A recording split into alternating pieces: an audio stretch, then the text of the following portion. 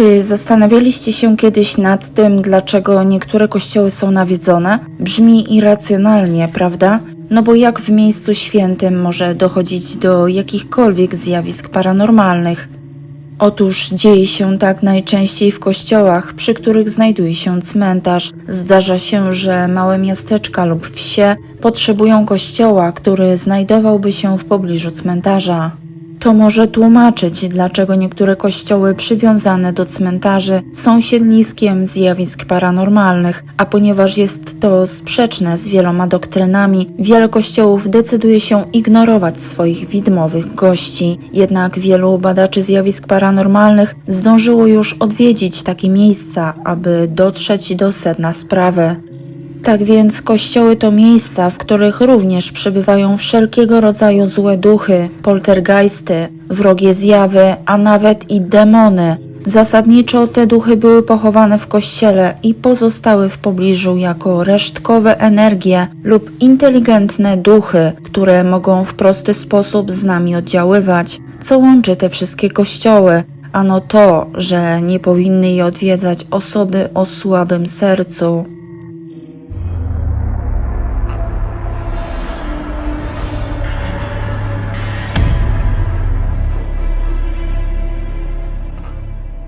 Ten mały kamienny budynek, znany jako Borley Church, pochodzi z XI wieku i znajduje się na terenie dawnej plebanii Borleya.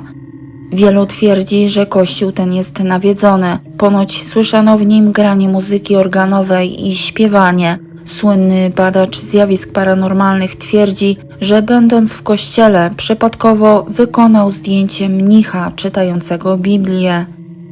Lokalni wierni natomiast zauważyli pogrążoną w rozpaczy zakonnicę wędrującą przez ogród na dziedzińcu. Prawie wszystkie opowieści o duchach z kościoła i plebanii Borleya pochodzą z epoki klasztoru benedyktynów z 1863 roku. Ponoć od tego czasu aż do tej pory manifestują się tam duchy.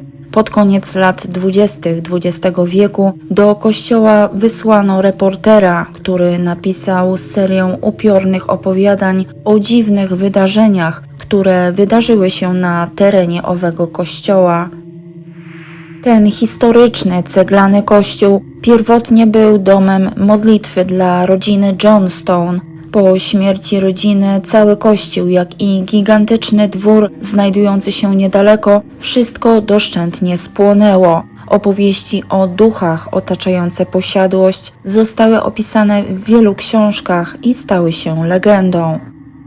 Jednym z duchów, który zamieszkuje teren posiadłości, jest zjawa guwernantki z rezydencji Annandale z 1860 roku, której dwór spłonął w 1924 roku.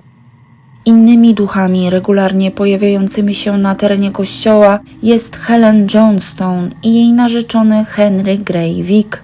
Mówi się, że mężczyzna zmarł w pojedynku tuż przed ich ślubem. Jego ciało zostało sprowadzone do rezydencji Annandale i pochowane na terenie obecnego kościoła. Wielu uważa, że widzą ducha Helen płaczącego nad grobem jej ukochanego. Uważa się, że Blackley to najbardziej nawiedzona wioska w Anglii.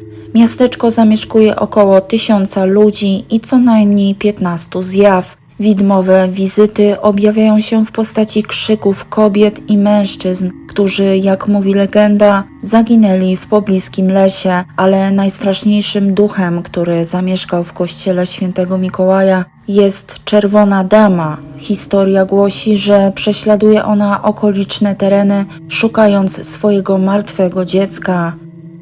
Uważa się, że kobieta została pochowana na terenie kościoła w ołowianej trumnie. Wewnątrz kościoła wierni widzieli również białą damę, ducha, który mieszkał w tym miejscu w 1952 roku, zanim jej dom spłonął w pożarze. Nie ma żadnego udokumentowanego dowodu, dla którego Blackley jest miejscem aktywności paranormalnej. No, ja nie chciałabym tego sprawdzać, a wy? Ten kościół jest nie tylko wizytówką Brooklynu, ale jest też podobno najbardziej nawiedzonym miejscem w Nowym Jorku. Budowa kościoła zakończyła się w latach 80. XIX wieku. Niestety obok niego stoi szkoła i wielu uważa, że nawiedzają ją duchy z pobliskiego cmentarza. Pojawiły się bowiem doniesienia o bezcielesnych stopach i migoczących światłach. Niektórzy nawet słyszą głosy dochodzące z jednej ze szkolnych sal wykładowych. W kościele pojawia się także widmo dzwonnika George'a Stelza, który został zamordowany przez włamywaczy w czasach, gdy kościół składał się głównie z niemieckiej populacji katolickiej. Ponoć w przedsionku, tuż przed swoją śmiercią, na ścianie pozostawił odciski swoich zakrwawionych dłoni. Wiele osób twierdzi, że czuje się w tym miejscu nieswojo i czasami słyszą dzwoniące w kościele upiorne dzwony. Wzorowana na nowoczesnym angielskim gotyckim stylu z XIV wieku, Katedra Narodowa w Waszyngtonie jest szóstą co do wielkości na świecie i drugą co do wielkości katedrą w Stanach Zjednoczonych. W każdą niedzielę do kościoła schodzi się cała masa wiernych. W 1946 roku pożar biblioteki pochłonął masę niewinnych dusz. Odwiedzający kościół ludzie często zgłaszają niepokój oraz widzą dziwne cienie. Podobno po katedrze błąka się duch Woodrow Wilson, który został pochowany na cmentarzu i często widuje się go spacerującego po korytarzach katedry. Wielu twierdzi, że słyszy, jak stuka laską o ścianę. Osobiście nie polecam tego sprawdzać. Dwóch badaczy zjawisk paranormalnych odwiedziło kościół Najświętszej Marii Panny w Clop Hill, aby dowiedzieć się, czy na terenie rzeczywiście znajdują się duchy, i tak też w środku dnia uchwycili prawdziwą zjawę mnicha. Kiedy para podążyła za postacią, drzwi były zamknięte, a kościół zupełnie pusty.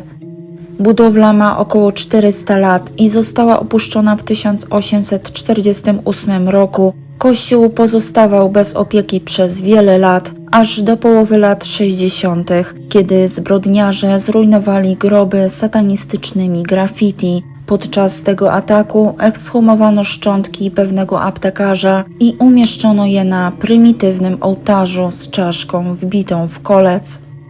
Ponadto rozbito trumnę młodej kobiety, a jej kawałki wraz ze szczątkami porozrzucano pośród ruin kościoła.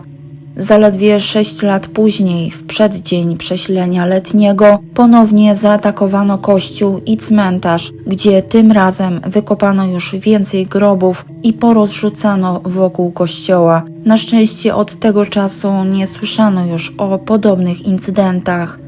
Na koniec chciałabym Was serdecznie powiadomić o założonym niedawno przeze mnie profilu na Patronite. Link znajdziecie w opisie poniżej. Jeśli zechcielibyście zostać moimi patronami, a przy tym dostawać nagrody, to zachęcam do wsparcia. Będę Wam niezmiernie wdzięczna. Więcej informacji znajdziecie na moim profilu. Gorąco zapraszam do pomocy w tworzeniu coraz to lepszego kanału, a ja się odwdzięczę. Tymczasem ja się już z Wami żegnam i do usłyszenia w kolejnym strasznym odcinku. Ten kościół został zbudowany w 1853 roku, ale obecnie jest własnością prywatną. Kościół powstał 5 lat po pochowaniu pierwszej osoby na cmentarzu. Aktywny zbór był tam czczony do 1974 roku i jest on wpisany do Krajowego Rejestru Historycznego. Podobnie jak większość historycznych kościołów z cmentarzem, istnieje wiele doniesień, że to miejsce również jest nawiedzone. Niektóre osoby zgłaszają wizyty ducha żołnierza Konfederacji, inni zaś widzieli coś, co uważają za księdza.